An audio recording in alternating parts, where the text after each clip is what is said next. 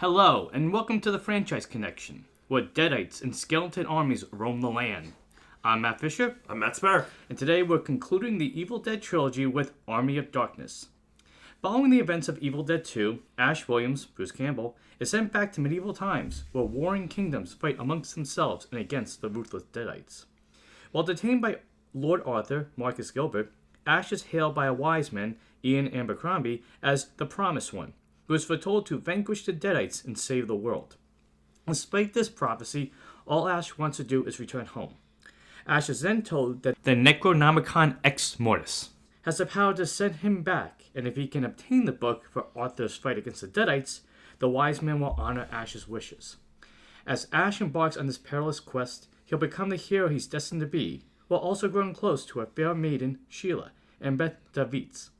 However, in the background, the Deadites will do everything they can to stop Ash from fulfilling his destiny, as the stage is set for a battle to determine the fate of humanity. Alright, man. So, we reached the end of the Evil Dead trilogy. How did you feel about Army of Darkness? So, Army of Darkness for me is... It's interesting. Because all of the ingredients we think of for the Evil Dead franchise really come from this movie. You mean like with the Deadites and, Ash with his iconic weapons and the catchphrases? Exactly. It's mostly that, but the surrounding movie itself, at least to me, is the weakest of the trilogy. And that's not saying that you didn't like it, just that it's such a different tone than the other one. Exactly. Yeah, and I'm a huge fantasy fan, and I feel like going in that route kind of was a detriment to the movie. Not a bad movie. I find it like an interesting trajectory that Raimi did. I mean, you started with horror, then you do horror comedy, and then you get to a realm that's fantasy, horror, and comedy all in one. I think I like it when series can try to find ways to reinvent themselves every time, so that you're not making the story stale, you're not kind of keeping the characters stagnant. By sending Ash to medieval times, having him be part of this interesting and almost self-fulfilling prophecy, I think it kind of puts the character in an interesting place. I do agree with you that compared to the other two, it's much simpler. Yes. This one it's a quest movie, really. It's a quest, it's a... it's the quest to find the Holy Grail, but the Holy Grail's the Necronomicon.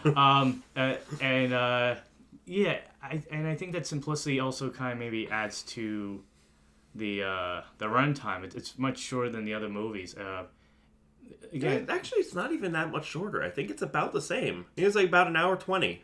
Maybe about the first one. I think the second one was a little... I looked it up. Apparently there was a director's cut. It's like maybe a couple of minutes longer. But either way, yeah, this...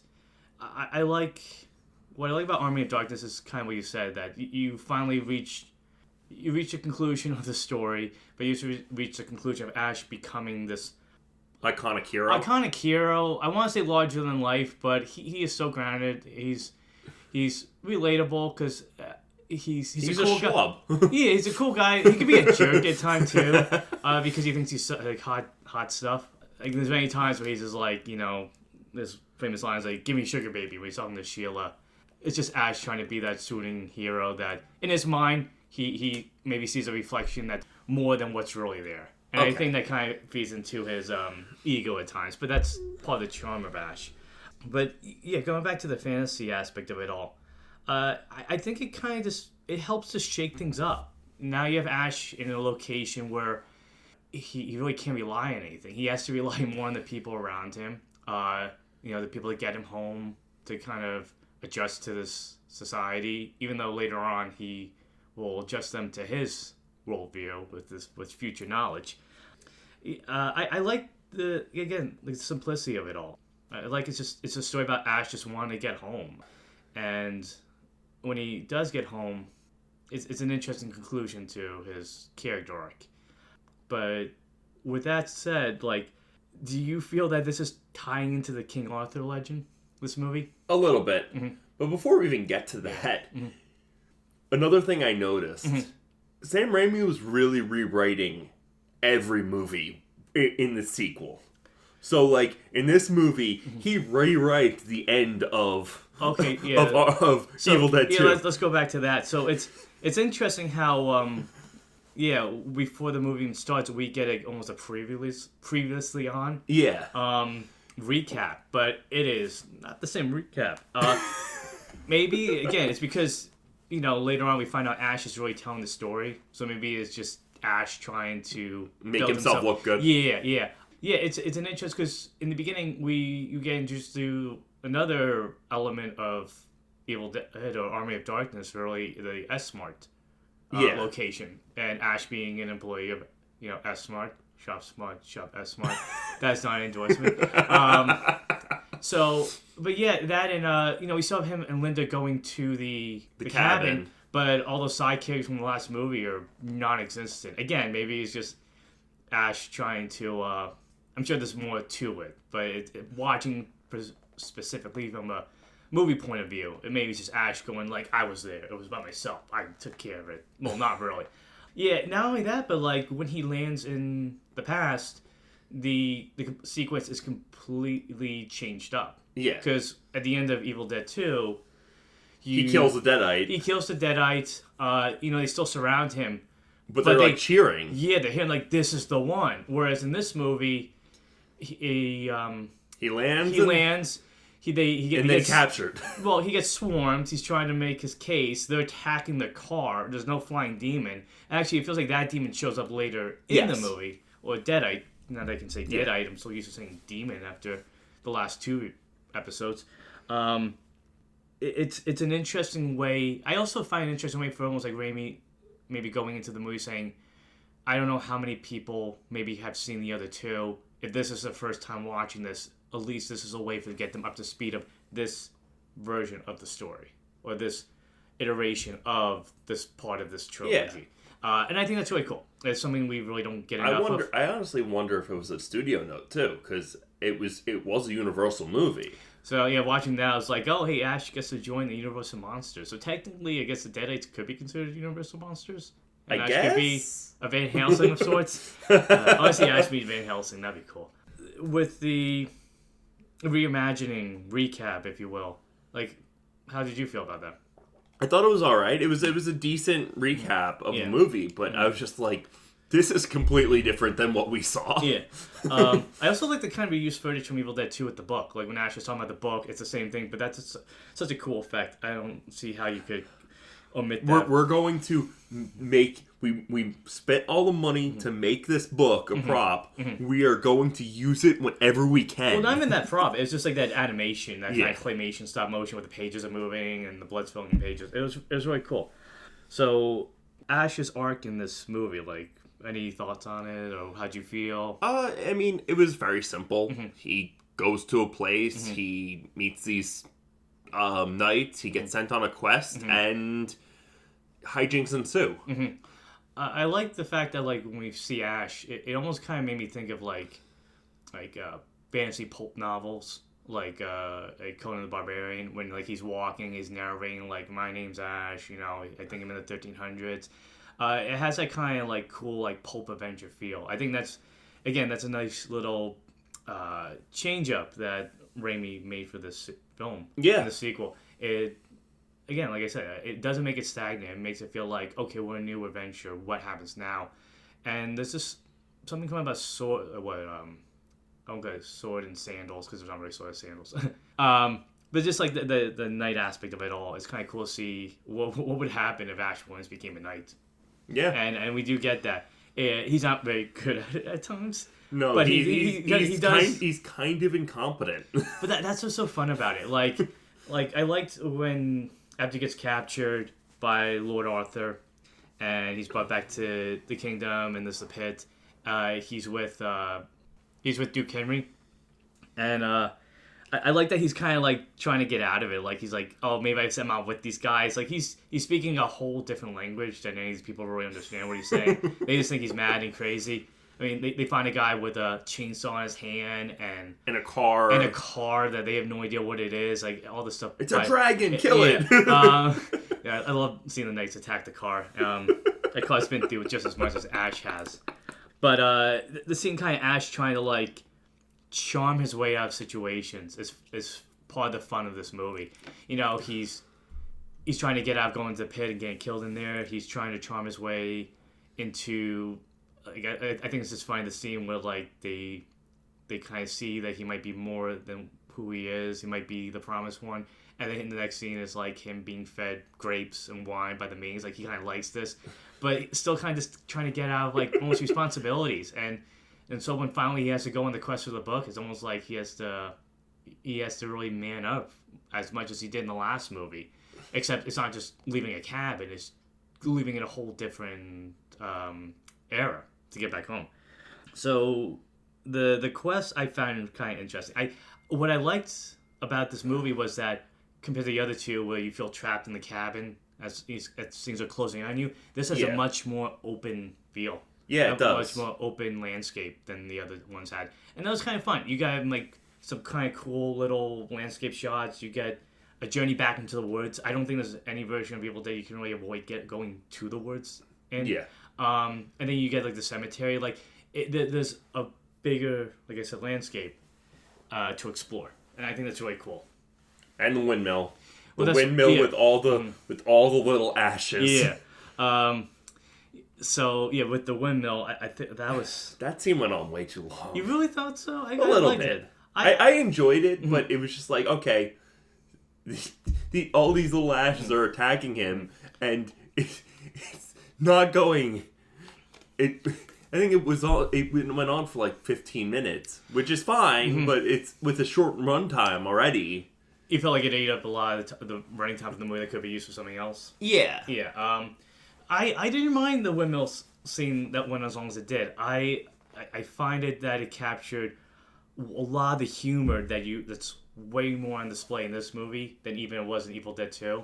I feel like the horror aspect is present in Army of Darkness. It's towards the end. But it definitely takes much more backseat to the fantasy and the horror elements. The windmill, I don't know, seeing Ash trying to deal with mini versions of himself was just funny to me. It captured that Tom and Jerry feel that the hand scene in Evil Dead 2 had, but just to a higher degree. Not only is Ash having to deal with some crazy new supernatural threat, but it's himself and many versions of himself that he probably hates. I mean, really a reflection, so maybe he's fighting with himself. But I liked that was just a cool scene. Like he looks in the reflection and he sees something weird, and then he breaks it, and then you have the tiny Ash. It was like Gulliver's Travels. I thought that was pretty cool. Because when he wakes up and he's like tied down, I'm like, oh, it's like Gulliver's Travels, but through the Evil Dead lens. I mean, I guess you could make a case that it didn't need to be as long as it was, especially like you said, maybe they could have added more to the quest element of it. Yeah, I mean, I don't think the scene was bad in and of itself. Yeah. I just think it led to something. Really cool. It leads to something really cool, and it's an interesting scene, but you're spending 15 minutes in a very short movie as it is. I guess in a way, it was their way trying to get a cabin into the movie by having the windmill be a place that Ash is trapped in. But I guess I'm trying to get your perspective. It's almost like, well, how many times can he hit his head, fall down? Like that's part of it. Yeah. And again, it's like you, as I said, you have 50. You're spending 10, 15 minutes on this. You could have cut it down to maybe 5 minutes and used the other 5 minutes to have him do something else. I mean, you have to admit, though, that the whole part where he's going to London Bridge is falling down, and then he falls down, and then they go, "My fair lady," like that was funny. Yeah.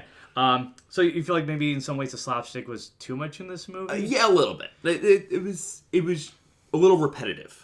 So like he goes to the windmill, that happens, and he goes to the cemetery. The skeleton hands are like poking his face and slapping himself through Stooges style. Yeah, I get what you're saying. I think it was just, part of me feels like it's part of the whole like movie serial charm of it. Like watching this, it definitely felt like it evoked kind of old school cinema, like Errol Flynn's Robin Hood and pulp Avengers, like Lone Ranger. Stuff like that. Yeah, like some of the basic mechanics of just good versus evil. Yeah, and then you just have a guy, like you say, who's incompetent in the middle of it. Well, with the windmill scene, though, like, it did lead to something really cool. Like, I thought it was pretty cool. Ash swallows one of the mini Ash that's walking around, and then the way it transpires is really cool, and that's part of like a lot of the cool makeup effects and special effects of the movie. That after he swallows him and he pours down the hot water, and he's saying to him, "How about some hot chocolate, huh? How'd you like the taste of that?" You know, it's Ash trying to be the jokey, silly guy that he is. You see the eye pop on the shoulder. I thought that was really cool. Then not that eye slowly turns into a second head. That second head takes into a second Ash, which is important for later on. Seeing good Ash versus bad Ash, that was a fun fight. I really liked that. That was really fun. Yeah, and I liked it's also a nice showcase for Campbell to kind of even broaden his range even more. You know, he's playing mean, funny, and then he's playing serious, cool at the same time. It was a nice little back and forth, and it's done in a really cool set piece with like this kind of like cheesy movie set with the fog and the moon. Everything just adds up pretty well to that. And then the whole the skeleton army reminded me of like Jason and Argonauts. Yeah, I was thinking that too. Yeah, with the special effects, it was interesting because I believe you made a point about how this movie compared to the other ones wasn't as gory and bloody. Yeah, it really isn't. There's one scene where you see blood and gore spill out, and that's a pit scene. Yeah. I mean that scene was really cool. Because you just almost like it's Army of Darkness. It's part of Evil Dead. We have to have something, even if the rest of the story is going to be a little bit tamer compared to the rest. And it lives up. I think that one moment was almost like it gave you enough. Maybe, again, it's a case of we went through so much with the other movies, so much blood and gore. Compared to, like, other horror series, maybe we don't have to... Top ourselves. Yeah, we don't have to go further than we have. We can just do this and then try to do something different. The gore this time around, and I feel it's more invested in the makeup and special effects. Yes. The monsters in the movie, like when after Ash buries Evil Ash and he screws up getting the Necronomicon. You see his face is all like... Yeah, it's decomposing. It's very cool looking. You have the exposed underjaw, a lower jaw, I should say. Yeah. That really kind of adds the whole, like, Army of Darkness feel that you see later on. I kept calling him in my notes, like, Evil Bad Ash, which I feel like is redundant, but he is Evil Bad Ash. The whole costume is really cool with the skeleton helmet, and like I said, the burned down, rotting flesh. Like, it definitely made you feel like this is, like, the worst version of Ash that maybe we will ever see. Yeah. Because, I mean, it still is Ash. It's just a darker version of himself. It's basically... It is Evil Ash. Yeah. He's basically just a demonic version of Ash who just wants to cause chaos and get the Necronomicon. And then, try to take over the world with. It's almost like funny, because like, on one hand you have one Ash who needs a book to save the world, and on the other hand you have an evil Ash who wants to destroy it with the book. Like, the book is in the middle between these two guys. The skeleton, I really liked the effect of the skeleton. It was a very kind of old school movie feel. Yeah, I think it added to, I guess, the charm of, like, maybe old school fantasy movies and stuff like that, where the skeletons were moving and they had the kind of that very jerky motion. But it added to the charm of it, like the supernatural. So it wouldn't be so smooth. It wouldn't feel like they're alive. There'd be something like feeling like that's controlling them, and that absolutely comes through. And not only that, but I love the jokes with like the skeletons, like they're playing instruments made out of bones. Like I liked how they have an actual drumstick going on. And when they're storming the castle, it's like put your backbone into it. Like that's part of the fun of exactly.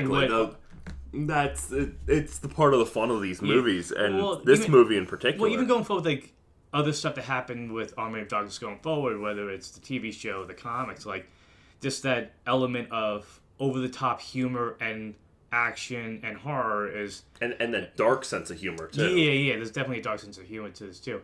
It's just the charm of what this series became toward this point. Exactly. With additionally the Deadites in this movie are interesting. We don't really see too many. They kind of just pop up when they need to, like when Ash learns that to get back home he needs the Necronomicon, and a Deadite shows up. It's compared to the other ones, the Deadites are just feel like possessed people, like almost like almost. I don't want to say a return to like what it was in the first movie, but it's kind of close. They're not as gory and ripped up. They're just floating, flying beings with deep voices, the blank eyes. There's still a threat to them, but boy, they are jokey and they love to flip around, especially at the end of the movie. Like the Deadites are just almost like rabbits, the way they jump around and flip and everything, or grasshoppers, I should say. But I'd like to talk about the pit monsters. Since we're talking about the Deadites and the makeup and the creature effects in the movies, I really like the pit monsters. Yeah, that scene was so well done. That's probably one of my favorite scenes of the movie. That's definitely one of the iconic moments of this movie. I liked how not only did Ash fight, he fought two of them, but how one was regular Deadites doing flips and whatever that he managed to avoid very quickly, and then the other one was a big blob monster, which it's interesting because it's almost like it makes you wonder like if somebody's possessed by a Deadite long enough, will they become like that? Will they just kind of transform? And you can, in a way, yes, because in the first movie we do see Cheryl start to and we change. we saw that with the professor's wife in the second movie too. So there's a case that could be made for that, but it's just such a weird blobby. It's just like a Monster Hunter type feel movie. Like it's Ash just fighting monsters, and that's again something that just adds to the whole fantasy element of it too. That's the simplicity of it too. It's Ash versus monsters on this quest. Yeah, I think we can go back to the Arthurian legend thing because I think. Okay. So speaking of the pit, that is located in Lord Arthur's castle. And watch this movie, it makes you wonder, is this trying to allude to and include Arthurian legend into this movie? I personally think it is. Low-key, I think the wise man was supposed to be Merlin. There's three of them, but like the way he was talking, he was very adamant on the prophecy and everything. Yeah, there's definitely. I mean, he looks like how you imagine Merlin would look. Fun fact, I looked it up. So with Ian Abercrombie, like when I first saw him, like it's Mr. Pitt from Seinfeld. I kept waiting for him, like try to get Elaine to help him with reading the book or something. But I liked what these, let's say, authority and adjacent characters were doing and their roles in the movie. I like the wizard being very, very kind of open to his prophecy and really believing it. Arthur being a little bit conflicted about Ash, not really trusting him. I also like the fact that the wise man, that's who Ian Abercrombie played. Yeah. That's what he's listed as. Not listed as anything else. Yep. I like that even he kind of gets a little tested by Ash's personality and ego. Like when later on, we'll go back to this when he gets the book because I don't want to talk about that. Like, he's like, say the words exactly. He's like, did you say the words exactly? He goes, well, not really. He's like, oh my goodness, you're an idiot. Like, it's like, it's so simple. Like, not only that, but like, when he was about to begin his quest. I didn't say every single syllable, maybe. When he's about to begin the quest, I like the fact that he's like, telling him these are the words you have to say when you get the book. He's like, yeah, whatever. I got it. It's like, maybe you should just take a little pause right there, Ash. I like how he... You should have written it down. You have a quill. I liked how they developed the wise man. I liked his assistant role that he presented not only to Arthur but to Ash too. I mean, there's not much to say about Arthur except that he almost like I don't know. There's really not much to say. He was there. He had to learn to trust Ash. Because, early on he just didn't want to. Later on when they had the big battle, he has to rely on him. Because without him, they have no way of really winning. Exactly. One thing I thought was interesting was watching this was Sheila. I really felt that she was a bigger character in this movie. And she really didn't really come across that way. No, she was just there for Ash to have a love interest. And that's the thing. I feel like if this was a longer movie, we might have gotten more scenes between them. Because there was something meant to really be there between the two of them, and something did happen between the two of them, but you didn't really feel like, toward the end when she gets possessed and becomes evil Sheila, his drive to save her, it's that, knight in shining armor direction to go, but you really feel like, how much well did they know them? Even Ash was just kind of like... He knew her for like 2 days. And, and they grew very close, like I said.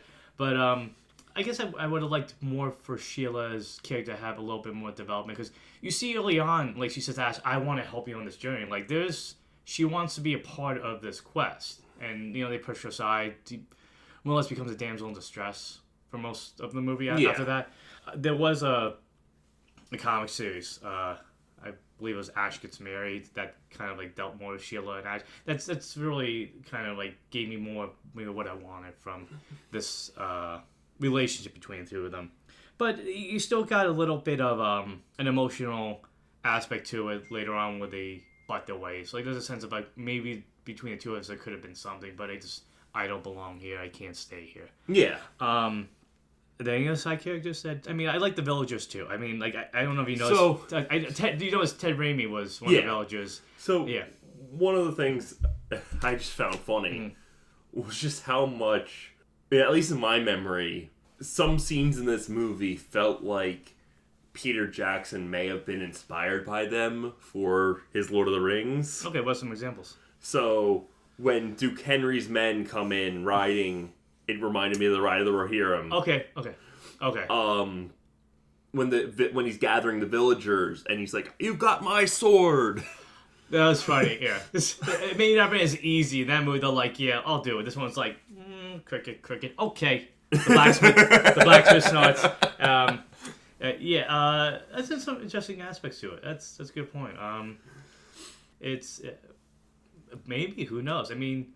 Yeah, but that's an interesting place to make. It was just a thought I had in the back of my head. It was like, I remember this scene almost exactly in Lord of the Rings. Is it possible? Sure. Mm-hmm. Is it true? I don't know. But it's like a case of like, in my mind, this makes it a little bit more enjoyable. I do like. So like in like Evil Dead 2, we saw Raimi trying to like really build his style, and this one it's on full display. One of my favorite parts of watching this movie really was I love the way Raimi does a montage. He does a montage in such a fun way. It definitely reminds me of like how Edgar Wright does his like quick edit cuts and stuff like that. I'm not sure if there was an influence, but it definitely feels similar in some ways. But like when Ash is getting ready to go on his quest, I like the whole him getting a new hand and the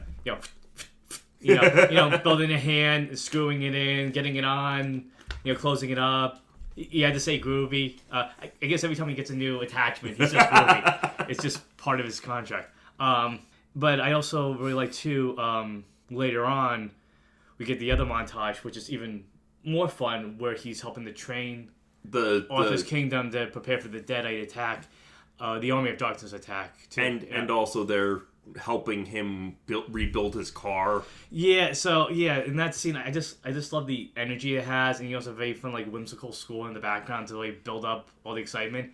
Like you see him with the blacksmith modifying the car. I love the fact that when you open up the trunk, there's a Fangoria magazine in the trunk. I thought that was a nice little touch to almost acknowledge the fan base that would really like this movie. I like seeing this blacksmith be like amazed by like this marvelous mechanism in front of him. I like seeing too him giving. I have to wonder too what Ash was doing with the chemistry book, chemistry textbook. But it's in his trunk. Maybe he just forgot. Who knows? Maybe it belonged to Linda. I mean, he used the chemistry textbook to make gunpowder. My joke about it was that would Ash really have a textbook for chemistry in his car? I think that belonged to Linda. Probably. But I like the fact that he used that to give to the wizards to make the gunpowder. To make the gunpowder in the bags. I liked this. There's a nice little silent moment where like the wise men's like moving the gunpowder closer to the fire, the candle, and Ash is like, no. Like, so even Ash is aware of like clumsiness on other people. Not only that, but like you see him training the villagers to get ready to fight in a very uniform style. Everything about that was just very fun. And then you also have Raimi. You can't have an Army of Darkness or Evil Dead movie without that camera zoom. And it's interesting how in this one we get a few instances of it. I think I noticed that like now when there's like a big gust of wind, a Deadite's on the way and somehow the lights around you go down. But when Ash is going in the woods on his quest to get the book, you see that camera zoom. And it's just something, like I said, fun, and I say every time about the camera zoom, that just feels like there's something bigger, behind you or in front of you that you gotta get a way up, and camera really sells it. I liked how you traded a car chase for a horse chase. Yeah. He's on a horse this time around. And he falls in the mud again. Yeah. Ash is... He's really clumsy. Yeah. And again, that goes to the Three Stooges aspect of it. But, a lot of what I see in Raimi's movies nowadays, I feel is on really full display in this one. I think this is where he solidified what he wanted. He knows what his movies want to look like. His visual style. Yeah, and it's funny because having watched this maybe after I saw Spider-Man movies, I noticed all the elements that he kind of carried over from that, even the montages in that movie. Yeah. So I like to go down to the book scene, something that really kind of almost has become canon in the Evil Dead series. When Ash goes to the cemetery to get the Necronomicon, how did you like that scene? The 3 books. That was a lot. That was really cool. Mm-hmm. Did you like Ash's reaction where it's like... There's 3 of them? Yeah. Nobody told me there was going to be 3. And it's neat because now they said in Evil Dead Rises, supposedly one of the books in that movie is from this movie, which makes me feel like it's a whole multiverse situation, possibly, or just these books just kind of find the place where they need to go. I think it's more the latter. It's these books have a life of their own. Yeah. Yeah, each one's different. It's almost like it's funny to put it like Cerberus and Harry Potter. You have a dog with 3 heads, but each one is a little... Oh, maybe Ghidorah. You don't want to go for that way. Yeah, that's a good point. I do also like the fact that each book feels different. When he opens one up, there's a portal he gets dragged down to. I thought that was just so funny. And I'm happy he got out, but I like, too, that it added to the humor of the scene where Ash gets out and it feels like a Tex Avery cartoon or Looney Tunes where his mouth's elongated and he keeps trying to move it to get it back up, and he has to do it a couple times. Stuff like that makes us feel like a larger than life cartoon. Not larger than life, but a live action cartoon. Yeah, it's a live action cartoon. And then I liked when he goes to the next one, it bites down on him. It bites his hand. Yeah, reading can be scary at times. Sometimes the book bites you. I like how he's fighting. It's almost like he's fighting a bat. So it's just a fun little build up to the suspenseful aspect of it all. And I like when he finally gets the last book and he's like, okay, guys, in the woods. It again goes back to the humor of it where he's just he has to say the words. And I just like how the last one he's like, yeah, he can't figure out what the last one. Yes, it's just kind of I like the fact that he mumbles yeah, that's gonna work, Ash. There's a clause in incantations where you can mumble the words and they'll just be good enough. But I like that moment really led to probably one of the coolest scenes of the movie, which was the big battle at the end. Yeah. I like that when he picked it up, it almost made me think of Indiana Jones. In the beginning of Raiders of the Lost Ark. Yeah. Where, he gets the thing, and then there's, a failsafe goes off, and the skeletons are dragging him down, messing with him, trying to poke him. I don't know, maybe somehow these skeletons just got, knew what the Three Stooges were. Because they were having fun trying to do poop, poop, poop, poop, trying to poke Ash in the eye. I like the whole, explosions in the cemetery where, it's extending the danger of it all. And that leads to, evil... Bad Ash coming back, building an army that... I also like the fact that as the skeletons are coming back, it's oh, you're alive. Okay, now you dig up this other one. They have no rest. They don't need rest. The skeletons. And I liked how after that, again, when he goes back to the castle, and he's you got the book, and they're maybe we put our faith in the wrong guy. Because he really screwed up. We could have used this book to fight the Deadites. And now we can't because now, it's useless to us. Well, I would say it's useless. It just makes it so much harder because now, if he had said the words right, they could have used it to try to get rid of the Deadites and send Ash back home easier. Whereas now, they have to not only try to use the book to get rid of the Deadites, which they really don't do. No, they did. No. The wise man said, this book is useless to us now. We can't even use this to get rid of the Deadites. Okay. So... I overlooked that part. Yeah, that makes a lot of sense. We can send you home, but it's useless to us. So he's like, oh, that's why he stayed. And because he felt there was a sense of guilt because everybody, even like Sheila's like, listen, I believe in you, and he just kind of pushes it aside. And it's like Ash kind of like, it's funny because this is like if the last one was Ash learning to stand up for himself and fight back, this is the one where he's trying to learn some responsibility. This is the one where his actions have consequences. And you kind of see that part where it's like, I got what I needed. It's what's important to me, and then going like, oh, but maybe this other stuff was important and vital to these other people. And I like how you see that later on where they feel defeated and he rallies the troops. Like before the montage, he's trying to lead them up, like you say, the fellowship moment where like you got this person agreeing to him, but it almost took Ash realizing their perspective to get to that point. And I like the fact that maybe Ash doesn't really keep that going forward, but I think it's definitely becomes a part of his personality and character trait. I mean, he kind of has some responsibility. I'm not saying show. I'm not saying he doesn't. I'm just saying like it's hard for him to lose that trait. Like that people depend on me, even if everything keeps getting taken away from me by these Deadites over and over and over again. So I must have forgotten that part. I missed that part then. Okay. So really, Ash really screwed it up for everybody. Mm-hmm. Well, that led to the big battle, which I thought was really impressive for this little movie. It was a better battle than in Game of Thrones Season 8. Oh, you could see more of it, you know. Well, it wasn't even that. It was just... How could you hide that gorgeousness of Ash Williams? It felt like a proper siege. Like how it built up, like how one side might wait to attack while the other one's trying to storm the castle. And you have your zombies, you have your zombie people on one side, and you have your defenders on the inside trying to keep the zombies out. Mm-hmm. It's well lit, and even though it's still dark, you can still understand what's going on and the different moving pieces. Mm-hmm. Yeah, it definitely felt like there was always a constant movement to the fight. You know, you have I liked how when you see the Army of Darkness appear, and it's funny because like watching it now, I'm like, oh, so the Army of Darkness is just pretty much skeletons. It's scary. It's scary to see that. But I also like too that you also notice. I don't know if the Deadites are just rotting corpses, but there are like higher soldiers, if you will. Yeah, they're commanders. Yeah. But I like the tension that Raimi built up to, like when they're getting ready to attack and they have the arrows with the gunpowder attached to them. Like Ash is like, wait for it, and then like the moment we go like boom, all the like, over the top action, like there's a lot of explosion.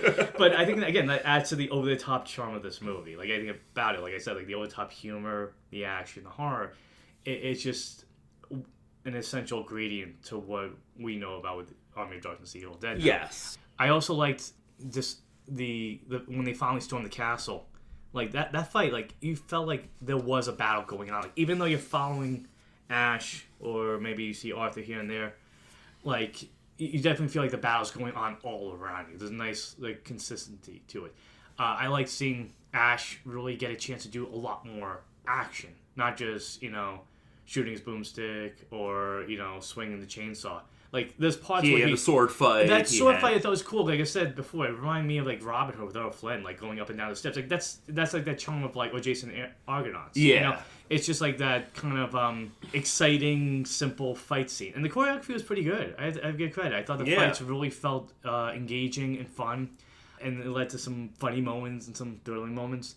Campbell really naturally felt fitted to the action scenes. I thought he really, presented himself well, like fighting off these demons or fighting Evil Ash. I like the scene at the end of that fight where he's fighting Evil Bad Ash, and he sets him on fire, and then he spins his head, and it kind of the eyes will blink really hard.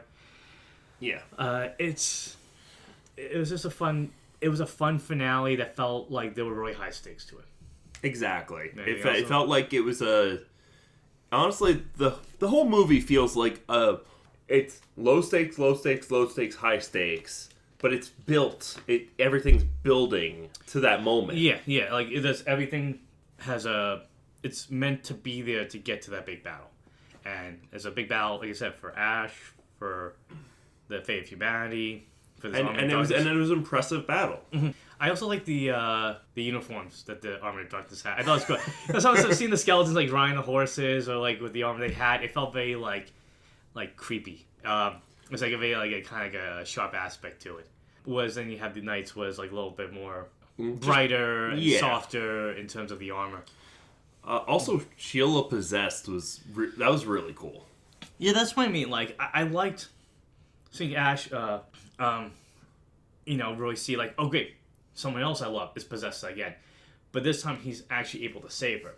And again, maybe that kind of leads into the fact that when he leaves her at the end, it's almost like you're better off without me. And maybe that it's meant to be kind of like Ash going like, maybe I can't be with anybody. There's always going to be a target on my back. That design was kind of cool. I like, see him with like the big hair, the almost like witch type laugh. The red dress. Yeah, like it really kind of felt like she had turned, and it's kind of like, oh, this very fair, simple, compassionate character is become warped. I feel like if she had looked like that when evil Bad Ash was like, give me some sugar, baby, like he said in a creepy way, she might have been like, even she says like, I may look bad, but I feel so good, it just adds to the Deadite joke of it all. Now I talked about Campbell as in this movie, like he does a good job. I like how he makes Ash selfish, he makes him egotistical, but he still makes him relatable. And I think that's that growth that you see. Like in the beginning of the movie, he is kind of like, I just want to get out of here. And through this journey and quest, like I said before, like you see him start to change and get a little bit more empathetic with other people. I mean, to be fair, like Ash really went through a lot. He just kind of like, I can't do this anymore. I don't want to do this anymore. I hate that these monsters are after me constantly just because they think I'm the promised one. Yeah. Chosen one, promised one, close enough. But I just, he still, like, there's so many moments in this movie on full display. Is his sense of humor, his sense of being a hero. He really, he finally solidifies in this movie Ash as the cool, badass hero that we know him to be. Yeah. He, this movie does everything you'd want from a finale of a trilogy. It makes your hero like go through that journey to get to that earned finale where it's like, okay, things might still be going on, but he's at a place where he's like, okay, I can deal with this. Yeah, absolutely. Like he's confident in himself, even if he doesn't care about the prophecy. Is there anything else that you want to talk about with the movie? Or? I mean, the music again. It's a solid music. I noticed. At the end of it, it said that I think it said March of the Damned score was by Danny Elfman.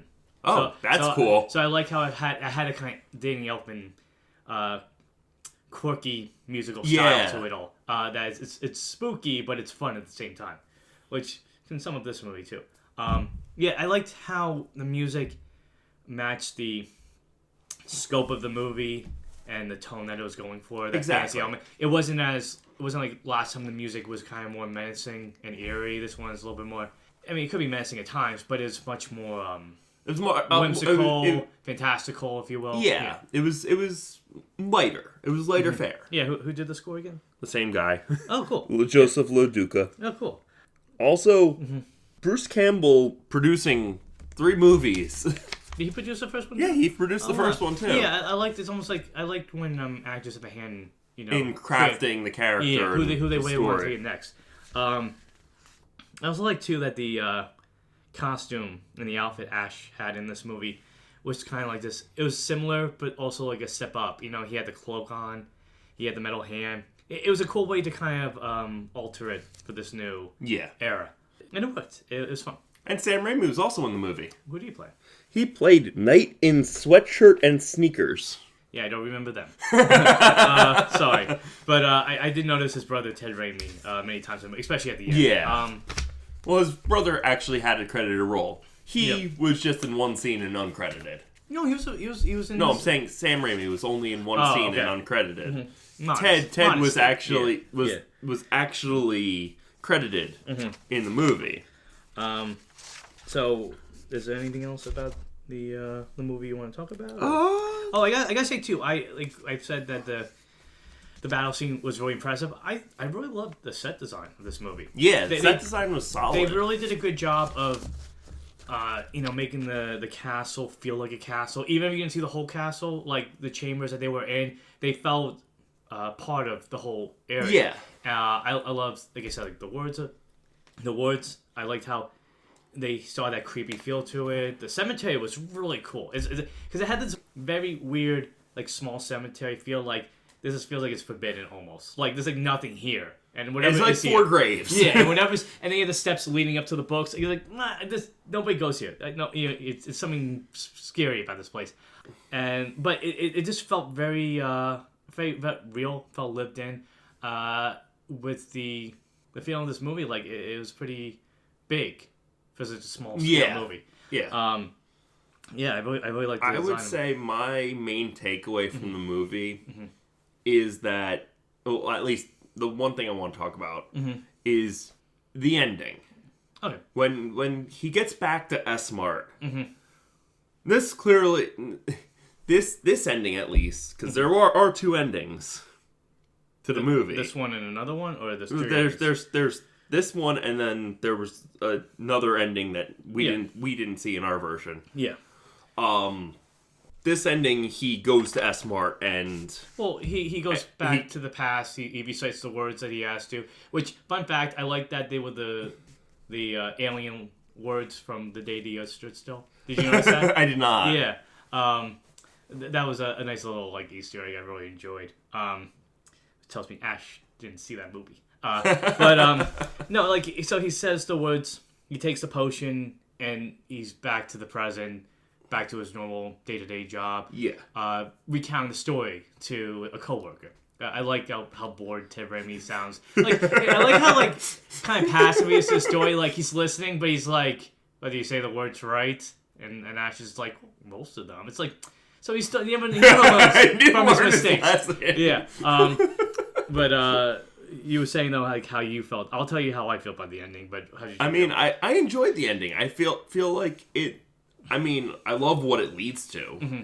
Yeah, with Ash versus Evil Dead. Mm-hmm. But, as an ending, it's just like, okay, so he's back in the present with all the skills he gained through his journey. Mm-hmm. And, yeah, Deadites might not be gone, but he has the skills to fight them if they pop up. What I liked about the ending was, after 2 movies where, he finds himself in a new horror, in the first one, if it is the same Ash, he gets attacked by the Deadites. Or, I'm sorry, the Kandorian demons in that one. I'm surprised this episode, I never said Deadites as many times as I did the other movies. Guess because there wasn't as many. You actually didn't really say Deadites that much in the other episodes. Okay. When I was editing. Yeah, okay, so that's good. In the end of Evil Dead 2, he goes through the portal, he wakes up in the past, and he's kind of like, no, it's like, I don't want to be here, I don't know where I am. I like how this one, it's kind of like they gave him as much of a happy ending as he was going to get. I like that he can have some semblance of a normal life again, even if it means that the threat of the Deadites is always going to be around him, partially because of him, because he didn't say the words right, and he didn't seem to care. But maybe that's part of Ash just wanting that excitement of his life too. Like, okay, I'll be back to the present, but maybe subconsciously. I really don't think he consciously wants to keep fighting these creatures. But that sense of I can have some sort of normal life. I can have my day-to-day job. Even though I have to wonder at the end of that fight with the... Is he going to keep his job? Well, no. I wonder if the manager's like, yeah, I got to talk to you for a second about what just happened. But that fight... Like you said too, this is a culmination of Ash becoming the king that he is in his mind. Yeah. Because you see that when the light's lower, the wind blows, and something's up, and you see the Deadite pop up, and it's bouncing around, it's doing all of this weird, jokey stuff, and you see him go on a cart, moving, which I love how Raimi kind of directs that scene. It's very fluid. and he's even like shooting the Deadite, and he knows what to do now. Yeah. There's even a part like he rips off his uniform for work, and you see the hero underneath, kind of like, this is who I really am. And even at the end, we get the catchphrase that he will constantly say, which is "Hail to the King, baby." Yeah. I enjoyed that ending. Like I said, because it allowed Ash to have some life. Yeah. Even if it means he'll never be able to escape this supernatural presence that's always going to be around, because by this point he is the chosen one. He's the promised one. They're always going to want to try to stop him, and that's explored even more in Ash vs. Evil Dead, which is just a really, really good follow-up. But compared to the original ending, do you remember the original ending? Yeah, he wakes up well after the world's basically been destroyed. Yeah. I feel like that kind of ties into the kind of nihilism of the other two endings. It's this hopelessness. This is kind of like there's no stopping this, and I think it's a nice little shocking twist ending. But I like seeing Ash happy, just happy. Even if the woman he kissed at the end is like, no, you're a little too much for me afterwards. It's like, this is too much. Just to see him try to get to live a life. Yeah. He deserves it. He proved himself to others and himself in this, at least between these two movies. Yeah. I have my theory about the first one, like you heard. What else is there to say? Ash becomes the horror icon hero that everybody loves him as nowadays. Yeah. Mm-hmm. Yeah, I guess all I have left to say is "Hail to the King, baby." There we go. So before we wrap up, we finished the trilogy. How would you rank the movies? I would rank them Evil Dead 2, mm-hmm. Evil Dead 1, and Army of Darkness. Mm-hmm. Not to say Army of Darkness is bad, because it's still a very good movie. It's a nice, fun throwback to those fun, simple adventure movies, those fun fantasy movies. It's compared to the other two, mm-hmm. it's so vastly different tone-wise. Mm-hmm. It's kind of like they took a 180. Mm-hmm. I think they're definitely trying to do something different. like you say, it worked, and I respect it for doing that. But it's just compared to the entertainment value you got out of the other two, they were maybe a little bit more. Exactly. Yeah. So for me, I would rank them the same way. I would rank Evil Dead 2, Evil Dead, and Army of Darkness. I would rank Evil Dead 2 because it is almost like a pitch perfect horror comedy mashup. It's balanced so well. There's so many funny moments, so many scary moments that they just work together seamlessly. Evil Dead 1, it's a creepy horror movie. It's a really creepy movie. Even more than I remembered. It has such an impact that I noticed so much more this time around, and I think it made it scarier for me than I really have any recollection of. Thank you. And Army of Darkness, it's a nice fun departure because it's almost like, in a way, a palate cleanser. Like after two very hard-hitting horror movies, even though one was more horror comedy, it's nice to kind of take a step back and just have a fun adventure movie. Have a fun adventure movie while also kind of taking a moment to build up the mythology of everything that you've seen before. Because in Evil Dead 2, you got a glimpse of the mythology with the missing pages and Ash possibly being this promised one that fell from the sky. And you see that this time around. And it's just a nice way to just kind of take a breath, have fun, laughing, and getting a little spooked out by this movie. It's just a nice fantasy adventure movie with a character who's in a spot that he almost has no idea of how to get out of and has to learn to adjust to it. It's fun. I think the way that these movies go is it's funny, scary.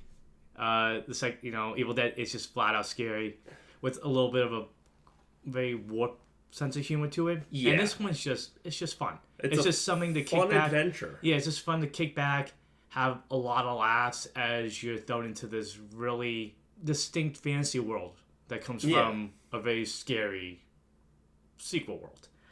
So as a whole, these movies are to me, fun because they kept changing the tone every time. There's something new to experience with each installment, and something that gets built up with each time, especially with Raimi's direction of how he kind of becomes a director that we're familiar with him as from that early movie. For me, it's just a solid trilogy. I would say it's nearly flawless. And I like all the subsequent stuff that came out of it. I really enjoyed many of the Army of Darkness comic books. Like I mentioned, the one. I think it's either Ash gets married, Ash gets hitched, maybe. And there's fun stories. Like this, and there's plenty of crossovers. You got Ash fighting Jason and Freddy Krueger. That's a fun one. And then Ash versus Evil Dead. I think that to me is a nice coda to this whole franchise. Yeah. If they go forward as they have been with remakes and new sequels, mythology. Yeah. That show to me kind of gave Ash a fun ending that, in some ways, feels like the ending they wanted to give him originally. Okay. But with more of a fun sense of adventure to it. Mm-hmm. Okay. I loved Ash vs. Evil Dead. I never finished it, but it's a solid show. It's consistent with what we see in Army of Darkness, but I love the fact that they return to many elements of the Evil Dead movies too. Yeah. All right. I guess we should wrap up. So I'm gonna plug the socials. Okay. We are at _franchise_connection at Instagram, and the Franch FRANCH CONN pod at X. You can also email us at franchiseconnectionpodcast@gmail.com. Okay. Thank you for tuning in to our review of Army of Darkness. Come back next time when we'll discuss our first failed franchise film with John Carter. Until franchise fatigue sets in, I'm Matt Fisher. I'm Matt Sparrow. For the Franchise Connection. Bye. Bye.